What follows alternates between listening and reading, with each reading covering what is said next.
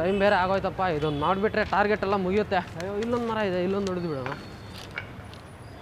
ಇಲ್ಲ ತಾನೇ.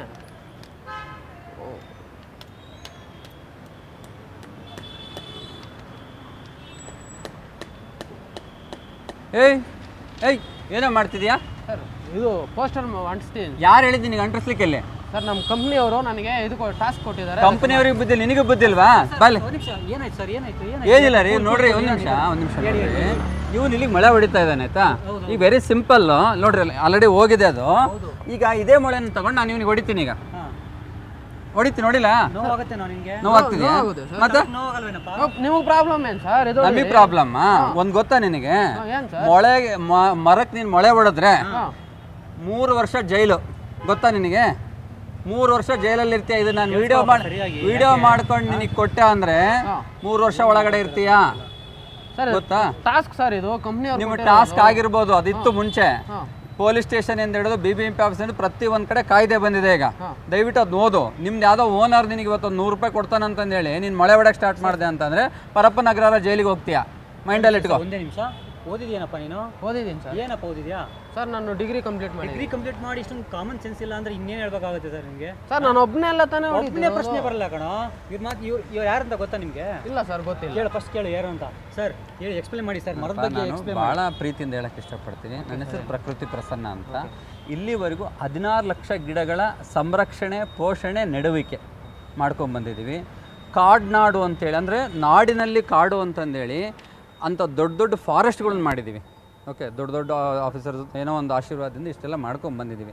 ಇವತ್ತಿಗೂ ನಾವು ಒಂದು ಹಸಿರು ತೇರು ಅಂತ ಮಾಡಿಕೊಂಡು ಏನೇ ಯಾವುದೇ ಮನೆ ಮುಂದೆ ನಿಮಗೆ ಗಿಡ ಹಾಕಬೇಕು ಅಂತಂದರೆ ಫ್ರೀ ಆಫ್ ಕಾಸ್ಟಲ್ಲಿ ನಮ್ಮದು ಗಾಡಿ ಇದೆ. ಗಾಡೀಲಿ ಒಂದು 150 ಐಟಮ್ಸ್ ಇರುತ್ತೆ ಗಿಡಕ್ಕೆ ಸಂಬಂಧಪಟ್ಟಿದ್ದು. ಬಂದು ನಿಮ್ಮ ಮನೆಗಳ ಮುಂದೆ ಗಿಡ ನೆಟ್ಬಿಟ್ಟು ಹೋಗ್ತೀವಿ ಕಣಪ್ಪ. ಅಂಥದ್ರಲ್ಲಿ ನೀನು ಬಂದು ಒಂದು ಮರಕ್ಕೆ ಹಿಂಗೆ ಮೊಳೆ ಹೊಡೆದೆ ಅಂತ ಅಂದರೆ ಅದಕ್ಕೆ ಹೇಳಿದ್ದು ನಿನಗಿಟ್ಟು ಹೊಡಿತೀನಿ ನಾನು. ಅವಾಗ ಏನಾಗುತ್ತೆ ಅನ್ನೋದನ್ನು ನೀನು ಅದನ್ನು ಮಾಡ್ಕೊ. ಓಕೆ, ಅವಾಗ ಫೀಲ್ ಮಾಡ್ಕೊಂಡ್ರಿ. ನೋಡು ಇವಾಗ ಎಂಥ ಬಿಸಿಲು ಹೊಡಿತಾ ಇದೆ. ಈಗಲೇ 40 ಡಿಗ್ರಿಗೆ ಹೋಗಿದೆ ಬೆಂಗಳೂರಲ್ಲಿ. ಅರ್ಥ ಮಾಡ್ಕೊ. ಇನ್ನೂ ನೀವಿಂದ ಮರಗಳನ್ನೆಲ್ಲರೂ ಸಾಯಿಸ್ಕೊಂತ ಹೋದೆ ಅಂತ ಅಂದರೆ ಇದು 45 ಡಿಗ್ರಿ ಅಂದರೆ 50 ಡಿಗ್ರಿಗೆ ಹೋಗುತ್ತೆ. ನಾವೆಲ್ಲ ಯೋಚನೆ ಮಾಡಿ ಗುಲ್ಬರ್ಗ, ಬೀದರ್ ಅಂತ ಹೇಳ್ತೀವಿ. ಬೆಂಗಳೂರೇ ಆ ಪರಿಸ್ಥಿತಿ ಬರುತ್ತಪ್ಪ. ಸರ್ ನಿಜವಾಗ್ಲೂ ಇವನು ಓದಿದನೆಲ್ಲ ನಮಗಂತೂ ಗೊತ್ತಿಲ್ಲ, ಬಟ್ ನಿಮ್ಮನ್ನು ನಮಗೆ ತುಂಬಾ ಖುಷಿ ಆಯಿತು ಸರ್. ಸರ್ ನಿಮ್ಮ ಹೆಸರು? ಪ್ರಕೃತಿ ಪ್ರಸನ್ನ ಅಂತ.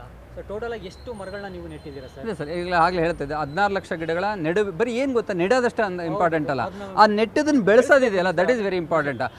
ಆಮೇಲೆ ಏನು ಮಾಡ್ತಂದ್ರೆ ಟ್ರೀ ಗಾರ್ಡ್ ಅಂತ ಸುತ್ತಾರೆ. ಆ ಟ್ರೀ ಗಾರ್ಡ್ದೆಲ್ಲ ನಾನು ವಿಡಿಯೋ ಕೊಡ್ತೀನಿ ನಿಮಗೆ. ಆ ಟ್ರೀ ಗಾರ್ಡ್ ಸುತ್ತಾರೆ. ಆ ಟ್ರೀ ಗಾರ್ಡ್ಗಳು ವಾಪಸ್ ಮರನ್ ತಿಂತಾ ಇರ್ತವೆ.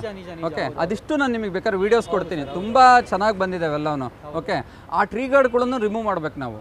ಓಕೆ, ಈಗ ನಿಮಗೀಗ ಒಂದು ಟ್ರೀ ಗಾರ್ಡ್ ಏನು ಮಾಡುತ್ತೆ, ಹಿಂಗೆ ಇವನಿಗೆ ಕಂಟಿನ್ಯೂಸ್ ಗಿಚ್ಚಿದ್ರೆ ಏನಾಗುತ್ತೆ, ಅಷ್ಟು ಪ್ರಾಬ್ಲಮ್ ಮಾಡ್ತಾ ಇರ್ತವೆ ಅಲ್ವಾ? ಹಾಂ, ಓಕೆ, ಬರ್ತೀನಿ. Thank you. ಎಲ್ಲರಿಗೂ ಇದನ್ನು ಮುಟ್ಟಿಸ್ಲೇಬೇಕು. Okay, all the best. ಸರಿ ಆಯ್ತು, ಹೋಗಿ ಹುಷಾರಪ್ಪ.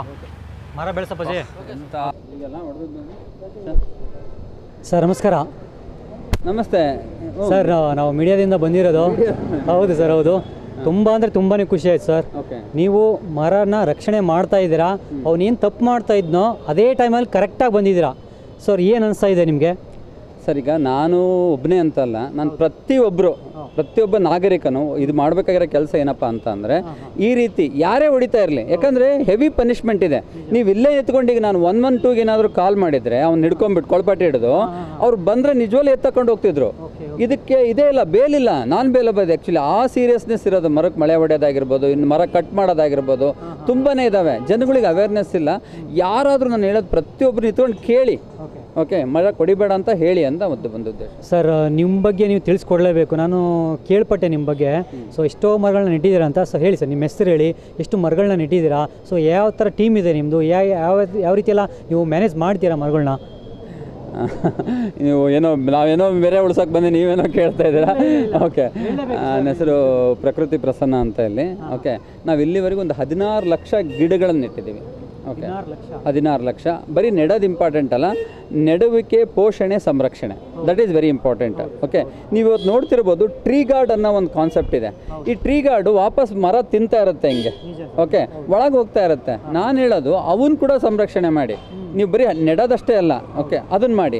ನೆಕ್ಸ್ಟ್ ಮೊಳೆ ಹೊಡೆಯೋದನ್ನು ಇದನ್ನು ಮಾಡಿ. ಆಮೇಲೆ ಸ್ಟೆಪ್ಪಲ್ಲಿ ಹೊಡಿತಿರ್ತಾರೆ. ನೀವು ಒಂದು ಮರಕ್ಕೆ ಹೋದೆ ಅಂತಂದರೆ ವರ್ಸ್ಟ್ ಕೇಸಲ್ಲಿ ಒಂದು 10,000 ಸ್ಟೆಪ್ಪಲ್ಸ್ ಇರ್ತವೆ. ನೀವು ಆ ಪ್ರತಿಯೊಂದು ಸ್ಟೆಪ್ಪಲ್ಲಿ ಇವತ್ತವರೆಗೆ ತೆಗಿತಾ ಇರ್ತೀವಿ. ನಾವು ಅಭಿಯಾನ ಮಾಡ್ಕೊತ ಹೋದ್ವಿ ಅಂತ ಅಂದರೆ ಆ ರೀತಿ ತೆಗಿತಾ ಬರ್ತೀವಿ.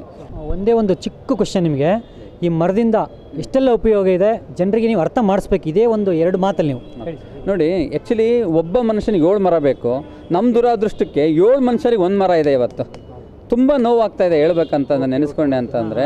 ಓಕೆ, ಬಟ್ ಅದ್ರ ಕೊಡೋ ಒಂದು ಮರ ಇವತ್ತು ನಿಮಗೆ ಏನೋ ನಿಮ್ಗೆ ಬರೀ ಅದು ಮರ ಅನಿಸುತ್ತೆ, ಅವನಿಗೇನು ಮೊಳೆ ಹೊಡೆಯೋ ಕಷ್ಟ ಕಾನ್ಸೆಪ್ಟು. ಬಟ್ ಈ ಮರ ಕೊಡೋಷ್ಟು ಆಕ್ಸಿಜನ್ನು 1 ವರ್ಷಕ್ಕೆ ನಿಮಗೆ ನಿಯರ್ಲಿ ನೀವು ಅಮೌಂಟಲ್ಲಿ ಕ್ಯಾಲ್ಕುಲೇಟ್ ಮಾಡ್ತೀವಿ ಅಂತಂದರೆ 10 crores ಮೇಲಾಗುತ್ತೆ 1 ವರ್ಷಕ್ಕೆ. ಅಷ್ಟು ನೋಡಿ, ನೀವು ಸ್ವಲ್ಪ ನೋಡ್ತಾ ಇರ್ಬೋದು ನೋಡಿ ಎಂತೆಂಥ ಎಲೆಗಳು ಅದ. ಓಕೆ, ಆಮೇಲೆ ಈ ಫೋಟೋಸಿಂಥಸಿಸ್ ಅವೆಲ್ಲ ಹೇಳ್ತೀವಲ್ಲ, ನೀವು ಅದು ಟೆಕ್ನಿಕಲಿ ಡೀಪಾಗಿ ಒಳಗೆ ಹೋಗಬೇಕು. ಓಕೆ, ನೀವು ಕೊಡೋ ಕಾರ್ಬನ್ ಡೈಆಕ್ಸೈಡ್ನ ಈ ವೆಹಿಕಲ್ಸ್ಗಳು ಉಗುಳೋ ಕಾರ್ಬನ್ ಡೈಆಕ್ಸೈಡ್ ತಗೊಂಡು ಪ್ಯೂರ್ ಆಕ್ಸಿಜನ್ ಕೊಡುತ್ತೆ ಅಂತಂದರೆ ನಮಗಿನ್ನು ಎಷ್ಟು ಸೂಕ್ಷ್ಮ ಜೀವಿ ನೋಡಿ ಅದು. ಆ ಸೂಕ್ಷ್ಮ ಜೀವಿಗೆ ಹೋಗಿ ನೀವು ಮಳೆ ಹೊಡಿತೀರಿ ಅಂದರೆ ಏನಾಗುತ್ತೆ ಹೇಳಿ? ಓಕೆ, ಒಂದು ಮಾತು ನನ್ನ ನೆನಪಾಗತ್ತೆ, ನಾವು ಪ್ರಕೃತಿಗೆ ಎಷ್ಟು ಹತ್ತಿರವಾಗಿ ಬದುಕ್ತೀವೋ ಅಷ್ಟು ನಮಗೆ ಒಳ್ಳೆಯದು ಅಂತ. ಸೊ ಇದ್ರ ಬಗ್ಗೆ ನೀವೇನು ಹೇಳ್ತೀರಿ? ಸರ್, ನಾನು ಪ್ರಕೃತಿಯಿಂದ ನಾವು ನಮ್ಮಿಂದ ಪ್ರಕೃತಿ ಅಲ್ಲ, ಇದು ತಿಳ್ಕೊಳ್ಳಿ. ಓಕೆ, ನಾಳೆ ಪ್ರಕೃತಿ ಇಲ್ಲ ಅಂತಂದ್ರೆ ನಾವೆಲ್ಲ ಸತ್ತಂಗೆನೆ. ಓಕೆ, ಬಟ್ ನಾವೆಲ್ಲ ಇಲ್ಲ ಅಂದ್ರೆ ಪ್ರಕೃತಿ ಇರುತ್ತೆ.